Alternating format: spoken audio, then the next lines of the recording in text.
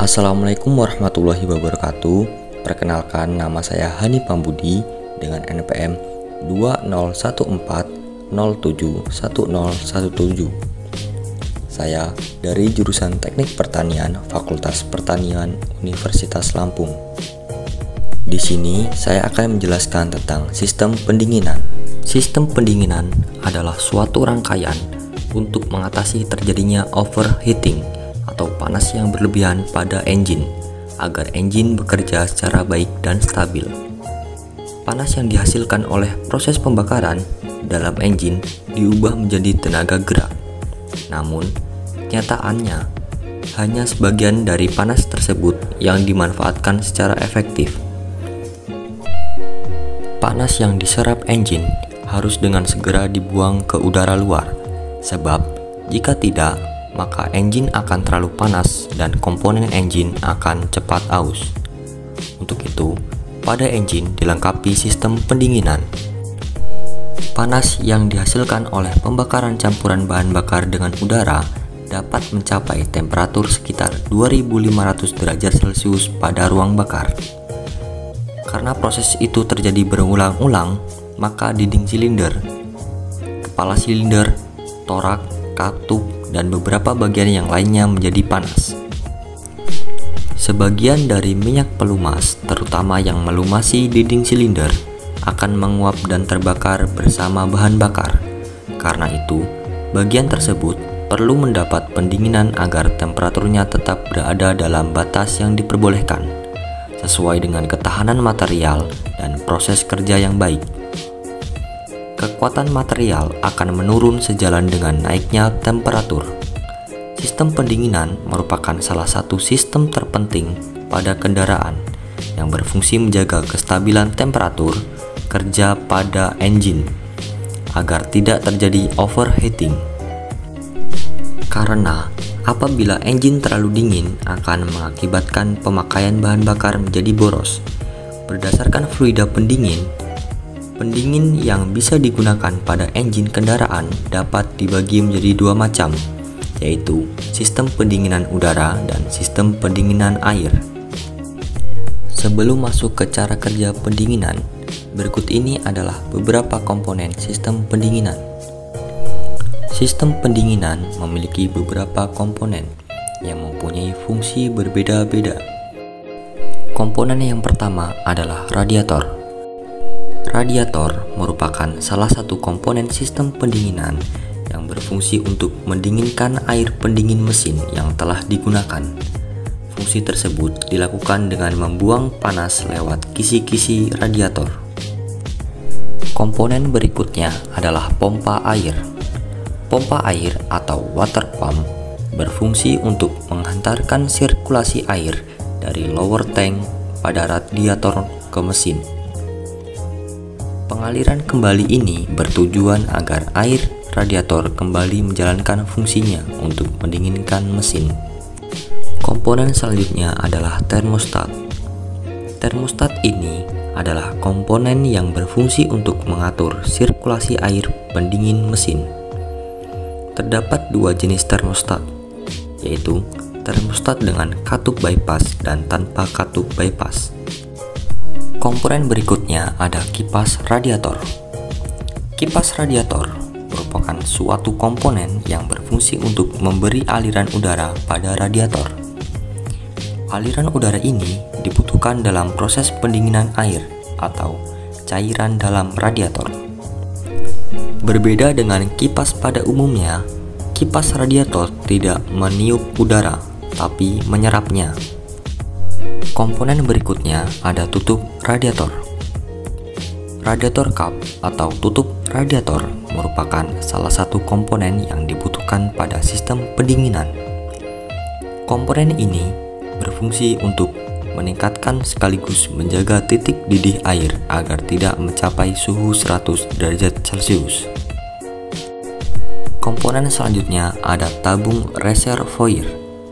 Reservoir tank atau tabung reservoir berfungsi untuk menampung uap yang dihasilkan oleh radiator ketika suhu mesin tinggi.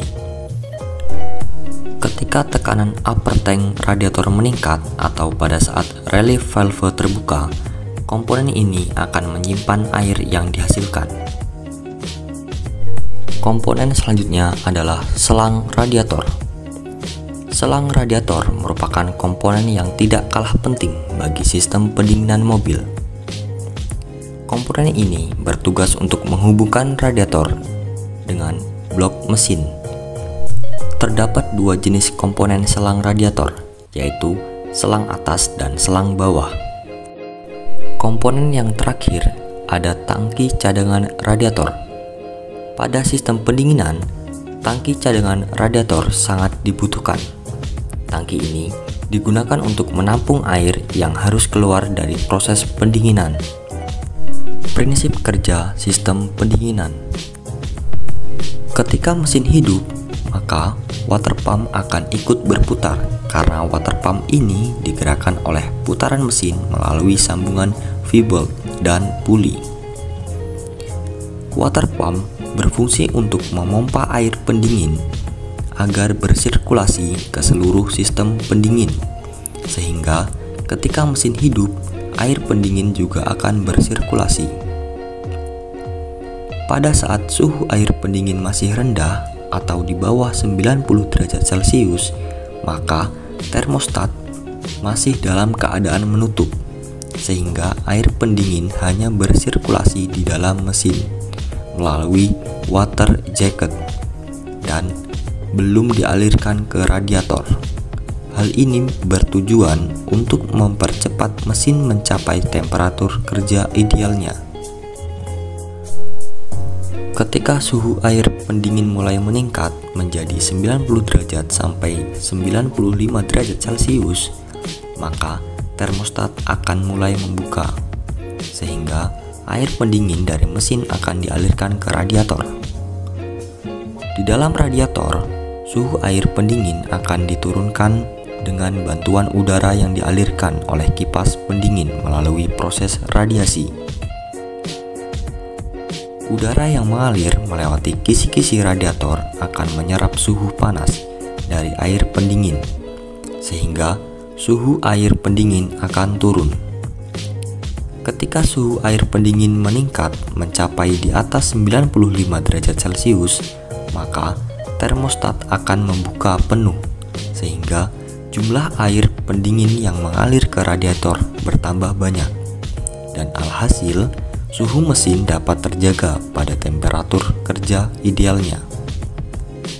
Itulah cara kerja dari sistem pendinginan. Berikut ini adalah masalah yang sering dialami di dalam mesin pendinginan. Masalah yang pertama yaitu kebocoran pada sistem pendinginan mesin.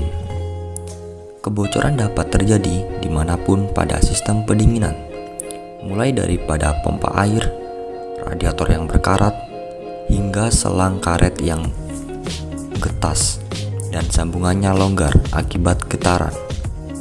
Kebocoran pada selang biasanya mudah untuk diperbaiki, sedangkan untuk komponen yang lebih besar seperti radiator dan pompa air membutuhkan penanganan yang lebih profesional.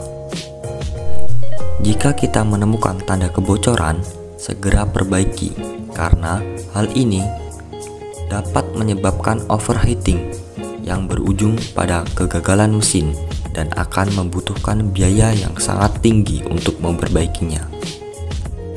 Masalah selanjutnya adalah kerusakan radiator. Selain kebocoran, saluran pada radiator juga dapat mengalami sumbatan akibat tumpukan mineral atau kotoran. Jika saluran sudah tersumbat, maka coolant tidak dapat mengalir dengan baik dan lagi-lagi berujung pada overheating. Untuk melepas kotoran dan karat yang ringan, kita dapat menggunakan cairan radiator flush yang dijual di pasaran. Namun, jika sudah terlalu parah, maka radiator harus diganti dengan yang baru. Sekian yang dapat saya sampaikan. Saya akhiri. Wassalamualaikum warahmatullahi wabarakatuh.